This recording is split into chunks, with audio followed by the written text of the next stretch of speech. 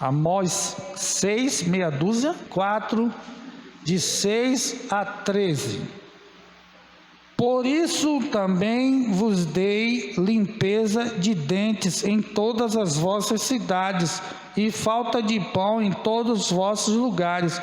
Contudo, não vos convertestes a mim, diz o Senhor.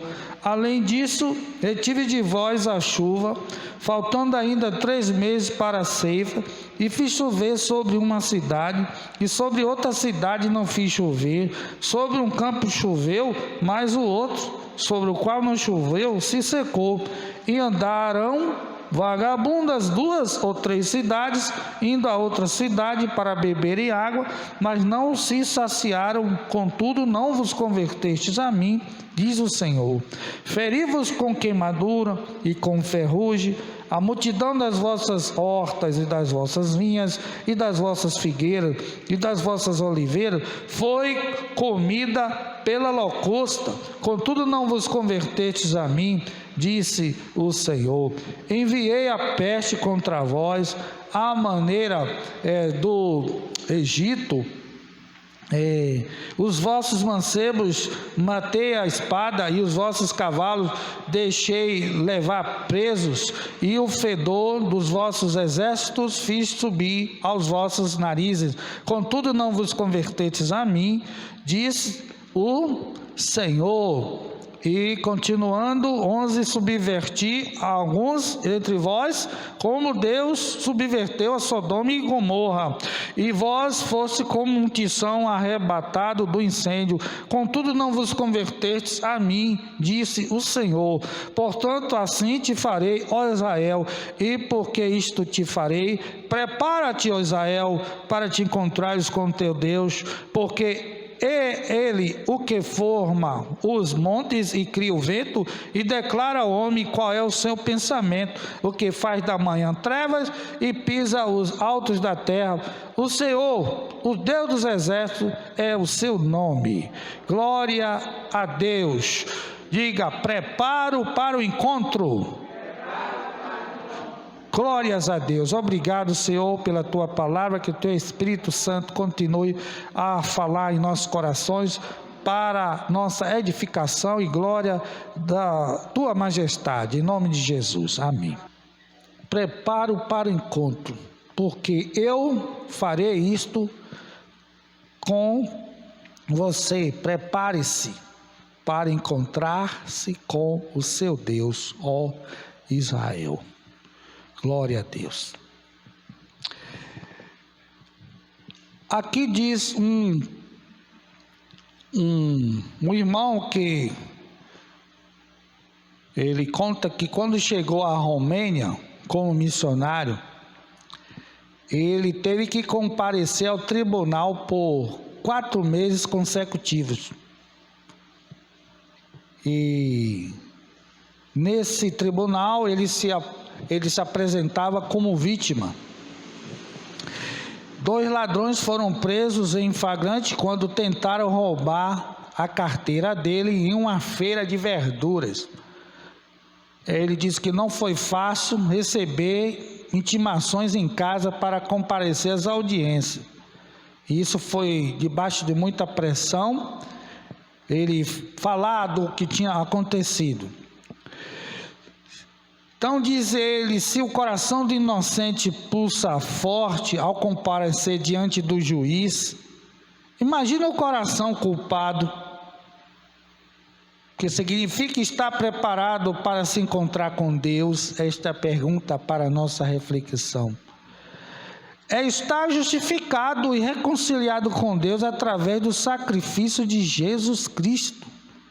Ter passado pela experiência do novo nascimento é ter o seu nome escrito no livro da vida. No contexto deste livro aqui de Amós, quando a gente lê assim, prepara-te, né? Preparar-se. Então tem dois significados nessa advertência. Seja pronto, né? Se prepare. Um significado é o seguinte: o povo de Deus, Israel, ele já vinha sofrendo o castigo de Deus. Por causa de quê? Transgressão, desobediência, Deus vinha tratando assim com ele. Mas o Senhor está advertindo e dizendo: o pior ainda está para acontecer. O que é que vai acontecer que a gente está ainda, embora sofrendo nesses dias? Como é que vai ser o juízo final, hein? Como é que vai ser o julgamento do trono branco? A horrenda coisa é cair na mão dos Deus vivos. E aí o Senhor diz: ó, portanto, assim te farei, ó Israel. E por que isso te farei? Então aqui veio uma dura advertência. Em segundo lugar, o que devemos pensar? Deus está chamando para o arrependimento, para que se volte para Ele, né? Conforme o capítulo 5 de Amós, está dito: buscai-me e vivei. Buscai-me e vivei. Buscai o bem e não o mal, para que vivais, e assim o Senhor estará convosco. Então aqui está a chamada de arrependimento. Primeiro, nós aqui notamos, Deus está advertindo. E quando a gente lê esse texto, o que a gente verifica aqui? Por isso também vos dei limpeza de dentes. O Senhor estava oferecendo um creme dental? Uma escova de dente? Nem naquela época existia, né? Mas por quê? Aqui é Cepacol para gargarejar a boca? Limpeza de dentes. E devemos entender o que? Faltava ali comida. Não é isso? Quando não tem comida, como é que os dentes ficam? Limpo, né?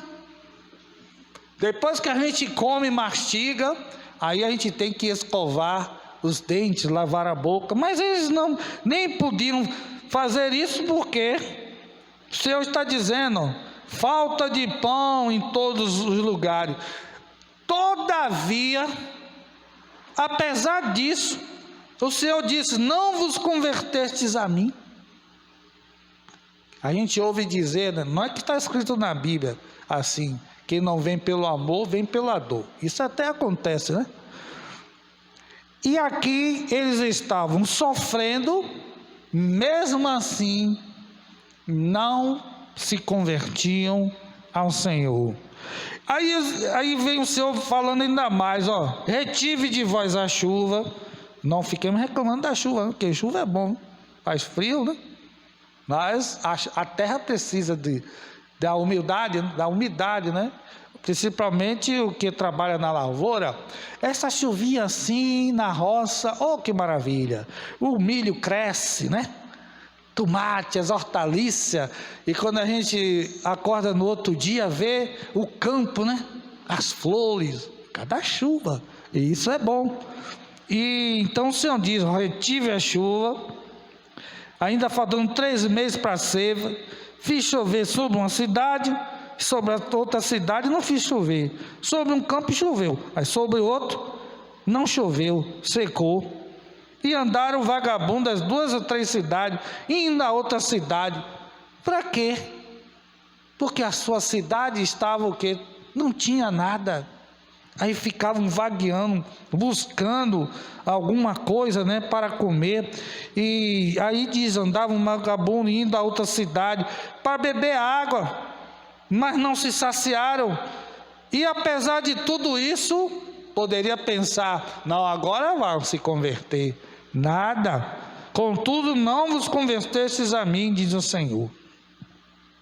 E que o Senhor estava permitindo isso para castigar de uma maneira assim impiedosa, para que as pessoas, porque na hora da dor, né, geralmente se aquebranta, né?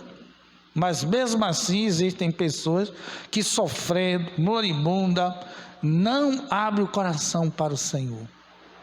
Tem o coração petrificado. Aí o Senhor diz: feri-vos com queimadura e com ferrugem, A multidão das vossas hortas, das vossas vinhas, e das vossas figueiras, e das vossas oliveiras, foi comido pela locusta. Locusta é como se fosse assim aquela praga, né? Praga de gafanhoto, praga de inseto. Olha, quando ataca a lavoura, que tristeza, viu? Os bichos vêm devorando tudo, acabando com o trabalho. Apesar disto aqui está acontecendo, mais uma vez o Senhor diz: contudo, apesar de tudo, não vos convertestes a mim, diz o Senhor. Ainda mais no versículo: enviei a peste contra vós, do jeito do Egito, lembra? As pragas do Egito, os vossos mancebos, matei a espada. Ah, mas Deus não mata, Deus não faz isso. O Senhor diz: ó, não tema o homem, que depois de matar não sabe mais o que fazer, mas tema a mim, tema a Deus, que tem poder para o quê? Para matar e o quê? Quem lança a alma no inferno não é o diabo, não são os demônios, é o juiz do juiz, é o Senhor que determina isso. E o Senhor então diz assim: todos os atos do Senhor são atos de quê? Deus é injusto? Não, a Bíblia, está vendo que a Bíblia é errada? Está vendo? Aí, ó, eu vou seguir este Deus malvado, matando, cruel, impiedoso. Seja Deus verdadeiro e o homem mentiroso. Os vossos cavalos deixei levar presos. O fedor dos vossos exércitos fiz subir aos vossos narizes. Por que fedor dos exércitos? E fedeu porque está acontecendo que não tomaram banho? Morreram na batalha. Não foram vitoriosos. Foram envergonhados, sucumbiram diante dos seus inimigos. Contudo, não vos convertestes a mim, diz o Senhor. Essa história se repete nos dias de hoje, né?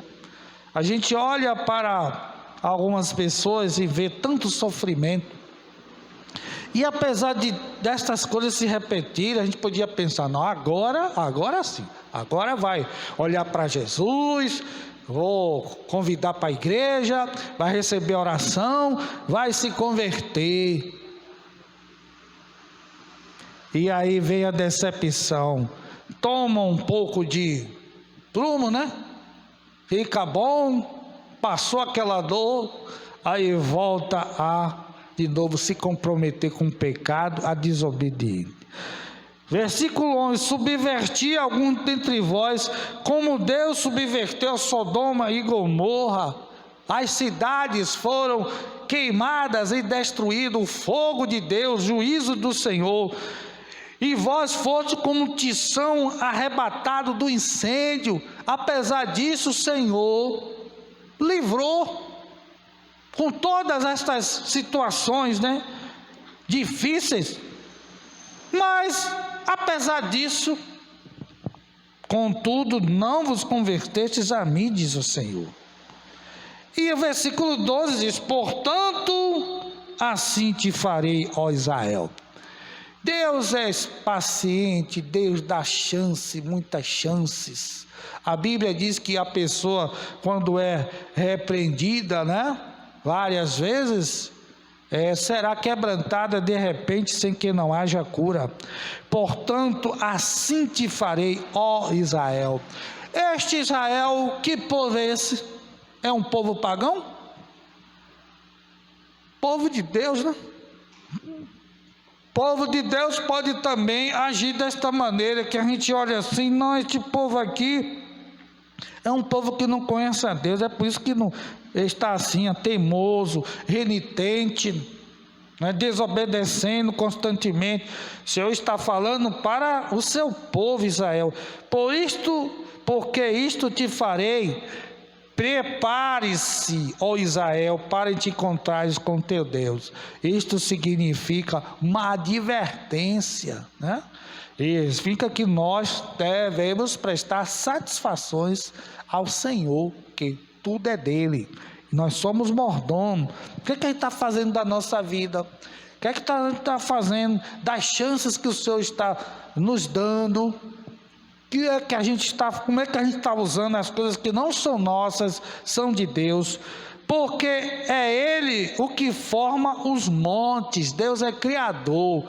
Ele é que cria o vento e declara qual é o seu pensamento. O que a gente está pensando aqui, Deus sabe. E cada um de nós. O que faz da manhã trevas, quando às 3 horas da tarde o sol se escureceu? Faz da manhã trevas e pisa os altos da terra. Qual é o tamanho de Deus, né? A gente só conhece as 3 dimensões. Quais são as 3 dimensões? Comprimento, altura e largura. E aí o apóstolo Paulo escrevendo na sua carta, a gente para conhecer a Deus, né? A profundidade, né? A altura.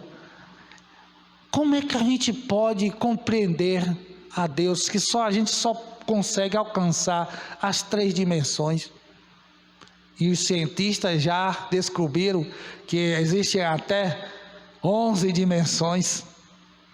E a gente só sabe, aqui por exemplo, a gente ver o que? Enxerga, é capaz de captar a altura, a largura, né? Comprimento. Não passa disso. Como é Deus?